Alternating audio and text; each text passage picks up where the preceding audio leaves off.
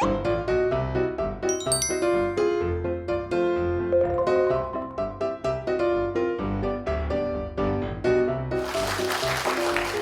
안녕하세요. 서울대학교 치과병원 안석준입니다. 제가 인터넷으로 한번 쭉 찾아봤어요. 저희가 굉장히 많은 연예인분들이 있어서 이분들이 교정치료한 후에 어떻게 얼굴이 바뀌었는지, 그리고 언제 했는지 이렇게 보시면 어렸을 때 한 경우도 있고 나이가 들었을 때 한 경우가 있습니다. 그래서 오늘 주제가 우리 아이 교정치료 언제 할까요? 이분들을 보면서 제가 생각을 해봤는데 과연 이제 언제 할까요? 여러분하고 한번 오늘 얘기를 하고 싶습니다. 그래서 먼저 이 얘기를 하기 전에 교정치료의 목적에 대해서 말씀을 드려야 되는데, 교정치료의 목적을 보시면 이렇게 됩니다. 그래서 교합치료, 기능이 항상 잘 씹게 만드는 거고, 그 다음에 덧니, 뻐드렁니, 합주기가 있습니다. 그래서 여기 보시면 잘 씹을 수가 없고요. 보기가 굉장히 싫고, 특히 이런 경우에도 역시 앞니를 씹을 수가 없습니다. 그래서 미적이나 기능적인 향상이 있을 거고요. 그 다음에 삐뚤삐뚤하면 저희가 입술질이 되게 어렵습니다. 따라서 충치나 잇몸질환이 많이 생기는데, 교정실에서 이게 똑바로 펴지면 이런 식으로 입술질도 씌워지고 충치나 잇몸질환의 예방 효과도 얻을 수가 있습니다. 여기 보시면 어렸을 때 올 수도 있고 청소년기 할 수도 있고 성인이 돼서도 할 수 있습니다. 그런 그 중에서 오늘 제가 말씀드릴 내용은 아이들이 저희에게 왔을 때 과연 언제, 그리고 이런 경우에는 빨리 하는 게 좋을지 아니면 천천히 시작해도 좋을지에 대해서 간단히 말씀을 드리도록 하겠습니다. 중요한 거는 제 뒤에 이기준 교수님께서 말씀을 해주시겠지만 교정치료의 시기가 크게 중요하지 않은 경우가 있습니다. 그런 경우에는 성장과 관련된 문제가 없는 경우입니다. 그래서 치열의 이상의 경우에는 성장과 관계가 없기 때문에 그렇게 크게 교정치료 시기에 문제가 없지만, 골격의 이상, 주걱턱이나 무턱이나 이렇게 성장하고 연관이 있는 골격의 이상의 경우는 가급적 빨리 치료를 받는 게 낫습니다. 그리고 일반적으로 성장 중인 아동인 경우에 성인보다는 이렇게 세포의 활성도가 굉장히 높기 때문에 치아 이동이 좀 용이한 경우가 있습니다. 그래서 보통 저희가 초등학교나 중학교 이때 성장 중인 경우에 크게 나이 제한은 없지만 치아 이동이 더 빠르게 되기 때문에 많이 하는 경우가 많습니다. 특히 이 경우에 성장을 이용할 수 있기 때문에 성장 중인 경우 아동이 교정치료를 많이 받는 것을 알 수가 있습니다. 특히 이제 이런 경우가 굉장히 빠른 경우 교정치료가 필요합니다. 여기 보시면 주걱턱이 있습니다. 턱이 굉장히 쏙 들어가 있습니다. 턱이 있습니다. 그리고 손가락 빨기 습관이 있습니다. 이런 경우에는 성장과 연관이 있어서 어렸을 때 치료를 하지 않으면 나중에 훨씬 더 부정교합이 심해져서 성인에 대해서 양악수술을 해야 되는 경우가 있습니다. 그리고 이렇게 습관과 연관된 경우에도 이러한 악습관 자체가 턱뼈의 성장에 영향을 주기 때문에 나중에 부정교합이 훨씬 더 심해질 수가 있습니다. 따라서 이렇게 성장과 연관이 있거나 앞으로 나타나는 성장에 영향을 주는 경우에는 가급적 빠른 교정치료가 필요할 수가 있습니다. 그래서 그런 걸 저희가 흔히 골격성 부정교합이라고 얘기를 합니다. 특히 어린이의 경우에는 턱뼈가 완전히 성장하지 않기 때문에 성장을 조절하면 턱의 성장과 크기를 억제를 하거나 혹은 저게 턱의 성장을 또 촉진을 시켜서 부정교합을 쉽게 치료할 수가 있습니다. 따라서 이렇게 부정교합, 특히 골격성 부정교합이 있는 경우는 가능한 빨리 교정 전문가와 상담을 하는 게 좋겠습니다. 그래서 하나씩 어떤 경우에서 어떻게 치료해야 되는지, 빨리 치료를 해야 되는지, 천천히 치료를 해야 되는지를 하나씩 보여드리겠습니다. 보시면 이제 씹을 수가 없습니다. 앞이 크기 때문에 국수를 짜라 먹을 수도 없고 앞니를 씹을 수가 없습니다. 이런 경우 손가락 빨기 습관 혹은 혀내배기 습관과 연관이 되어 있습니다. 따라서 더 성장과 진행되면서 더 심해지기 전에 빨리 교정치료를 하는 게 좋습니다. 여기 보시면 텅크림이라는 장치고요. 이런 식으로 혀를 못 내밀게 하는 간단한 장치입니다. 그래서 이러한 간단한 장치만으로도 3개월 안에 이렇게 치료를 할 수가 있습니다. 그래서 가장 대표적인 게 혀내밀기 습관 혹은 손가락 빨기 습관인데, 이런 식으로 조기에 빠르게 교정치료를 해서 쉽게 치료할 수가 있습니다. 3개월에서 6개월이면 쉽게 치료할 수가 있습니다. 그래서 두 번째 부정교합 중에 하나가 이제 7세 된 꼬마아이입니다. 7세 된 꼬마아이고 이가 거꾸로 물리는 것을 치료하기 위해서 저희가 흔히 반대교합이라고 얘기하는데요. 저희 병원의 내원 하였고요.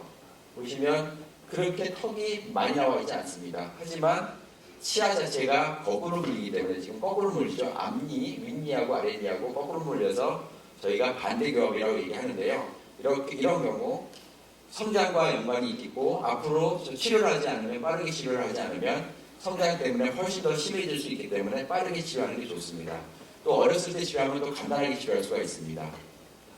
보시면 뺐다 꼈다 하는 아주 간단한 유동 장치로 치료를 하였습니다. 그래서 거꾸로 물리는 것을 쉽게 치료할 수 있고요. 이 경우도 3개월 만에 거꾸로 물린 걸 치료했고요. 6개월 만에 거의 정상적인 모습으로 돌아왔습니다. 일단 이렇게 거꾸로 물리는 것을 치료해주면 저희가 예측하는 성장 자체가 균형적으로 위턱하고 아래턱하고 균형적으로 나타나기 때문에 이 결과를 계속해서 잘 유지시킬 수가 있습니다.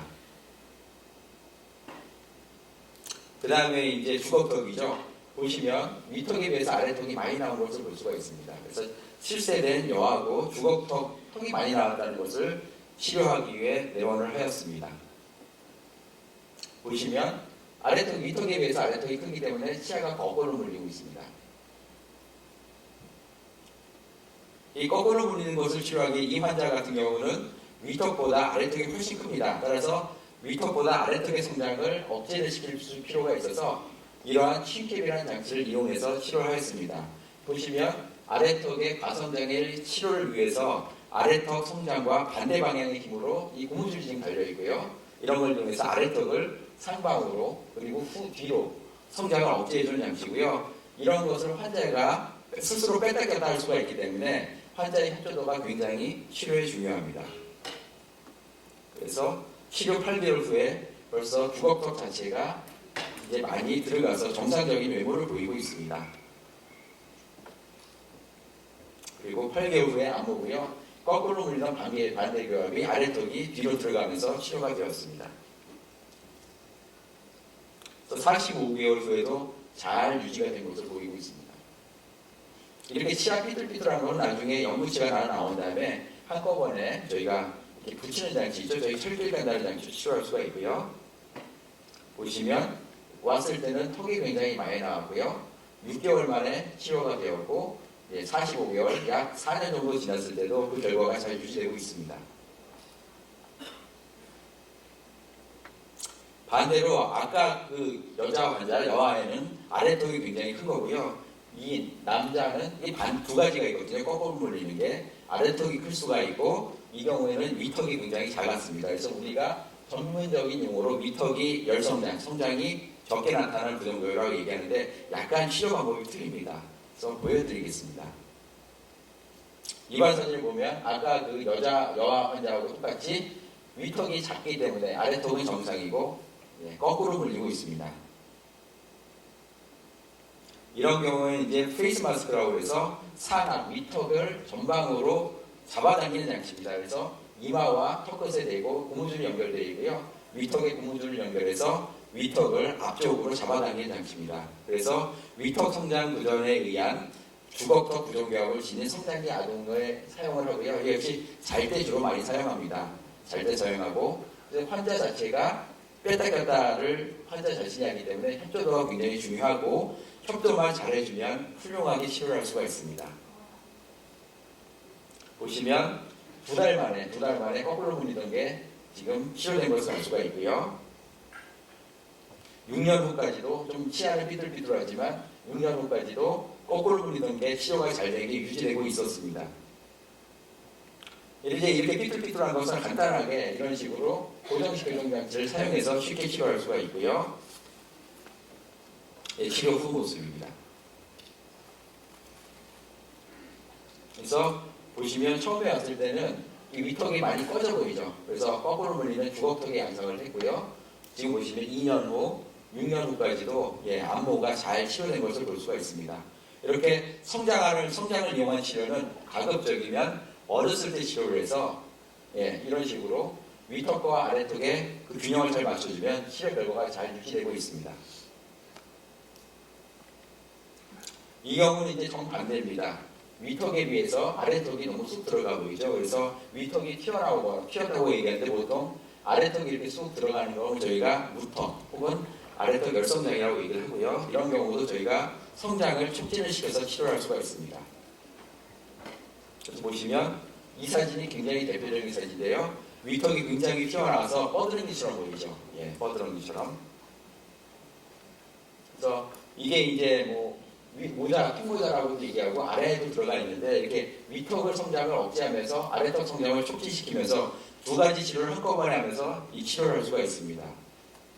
그래서 치료적인 결과를 보시면 깜짝같이 치료가 됐죠. 그래서 위턱, 아래턱이 굉장히 많이 자랐죠. 위턱의 성장은 유지가 되고 아래턱 성장이 많이 되면서 외모가 크게 개선된 것을 알 수가 있고요. 사진을 보시면 이 환자가 처음에 왔을 때 완전히 무턱이고 굉장히 돌출돼 보였는데 그 뺐다 꼈다는 장치 1년 사용하고 나서 이런 식으로 위턱과 아래턱의 균형이 맞은 걸 볼 수가 있습니다. 이렇게 아까 말씀드린 대로 성장을 억제시키거나 성장을 촉진시킴으로써 저희가 조기에 위턱과 아래턱의 성장의 균형을 맞춰주면 이런 결과가 계속 유지될 수가 있습니다. 하지만 이제 아까 말씀드린 거는 치료 시기가 굉장히 중요합니다. 가급적 빨리 교정 전문가와 상담을 받고 치료를 할 것인지 아니면 치료를 연기할 것인지 결정을 해서 치료를 해야 되는 거고요.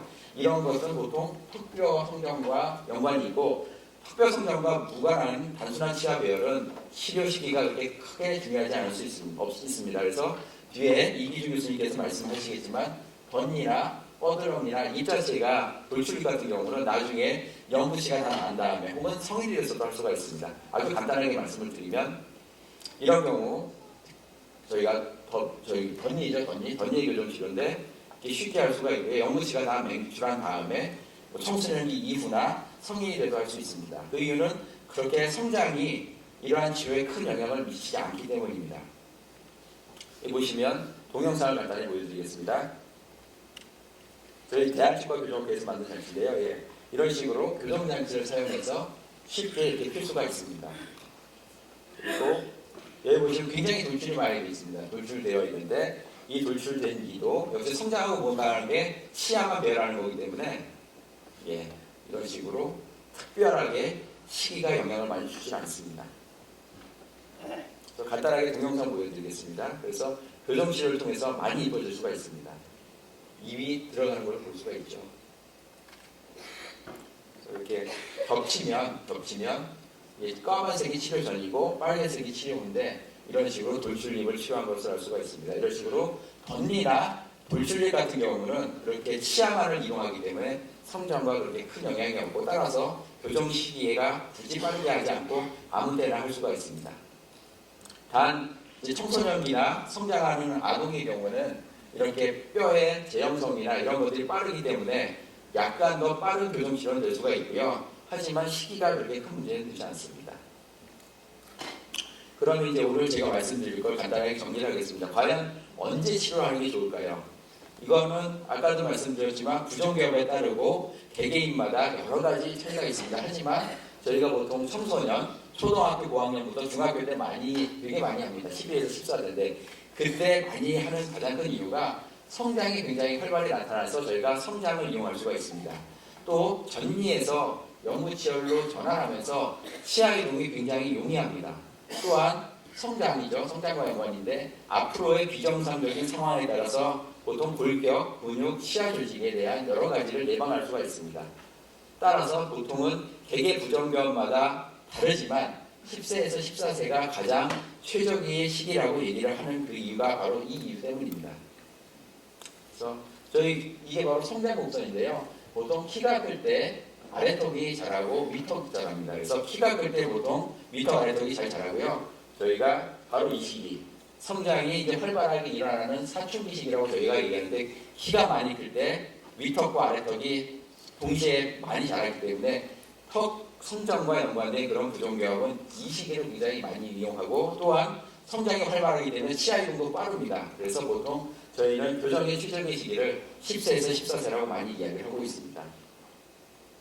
그래서 아마 교정과에서 왜 얼굴 사진을 안 찍고 손 사진을 찍냐는 분도 많이 계신데 여기서 보시면 이런 식으로 손의 사진을 통해서 저희가 성장 시기를 알 수가 있습니다. 따라서 이 성장 시기가 아까도 말씀드린 턱과 연관된 성장과 연관된 주걱턱이나 무턱에 영향을 많이 미치기 때문에 저희 교정과 의사들도 이러한 성장판 사진을 많이 찍고 이러한 것들을 이용을 하고요. 보면 성장판이 열려 있는 경우는 성장이 굉장히 활발하게 나타나고 성장판이 닫혀 있으면 성장이 거의 멈춘 시기입니다. 따라서 이러한 성장판 사진도 저희가 교정치료에 굉장히 이용을 많이 하고 있습니다. 그래서 사진을 마지막으로 하나를 보여드리겠습니다. 보시면 똑같이 반대교와 거꾸로 물리는 것을 갖고 있고요. 치료를 하면 모두 이런 식으로 잘 치료할 수 있습니다. 하지만 성장이 영향을 미치기 때문에 어떤 경우에는 치료가 잘 유지되고 어떤 경우는 재발되는 경우가 있습니다. 따라서 같은 부종교합이라도 꼭 교정 전문가와 상의를 해서 치료 시기를 결정하고 치료를 이런 경우는 이제 치료를 해도 재발되는 경우가 있는 경우는 아예 치료를 저희가 아예 늦춰서 성장이 끝나고 치료를 할 수도 있습니다. 따라서 이러한 것들을 발견하는 즉시 교정 전문가와 상의를 해서 교정 치료 여부를 결정하는 것이 굉장히 중요하다고 생각할 수가 있습니다. 그래서 저희 대한치과 교정학회에서는 일반인 공간, 회원 공간 나눠서 일반인들이 이런 교정 전문가를 쉽게 찾을 수 있도록 도와드리고 있습니다. 그래서 간단하게 말씀을 드리면 일반인 공간을 클릭을 하시면 이러한 공간, 일반인 공간 넘어가고요. 여기서 여기 어디서라는 것을 클릭을 하시거나 혹은 이 교정 전문가 검색을 바로 갈 수가 있습니다. 여기서 클릭을 하시면 이런 식으로 어디서 저희 교정학회 회원이나 저희 교정 전문가 혹은 교정 전문의를 검색을 할 수가 있습니다. 그래서 여기서 지도를 이용하는 법을 클릭을 하면 이런 식으로 지도가 뜨고 원하시는 지역을 클릭을 하시면 저희가 손쉽게 교정 전문가를 찾을 수가 있습니다. 그래서 이렇게 쭉 찾을 수가 있고요. 그래서 대한치과 교정학회의 홈페이지를 이용하셔서 교정 전문가를 찾으신 후에 과연 우리 아이의 부종교합이 빨리 치료를 해야 되는지 아니면 천천히 치료를 해야 되는지 쉽게 검색을 하실 수가 있습니다. 네, 우리 아이 생애 첫 교정 검진 바른이의 날 미술 이용 캠페인이었고요. 예, 감사합니다.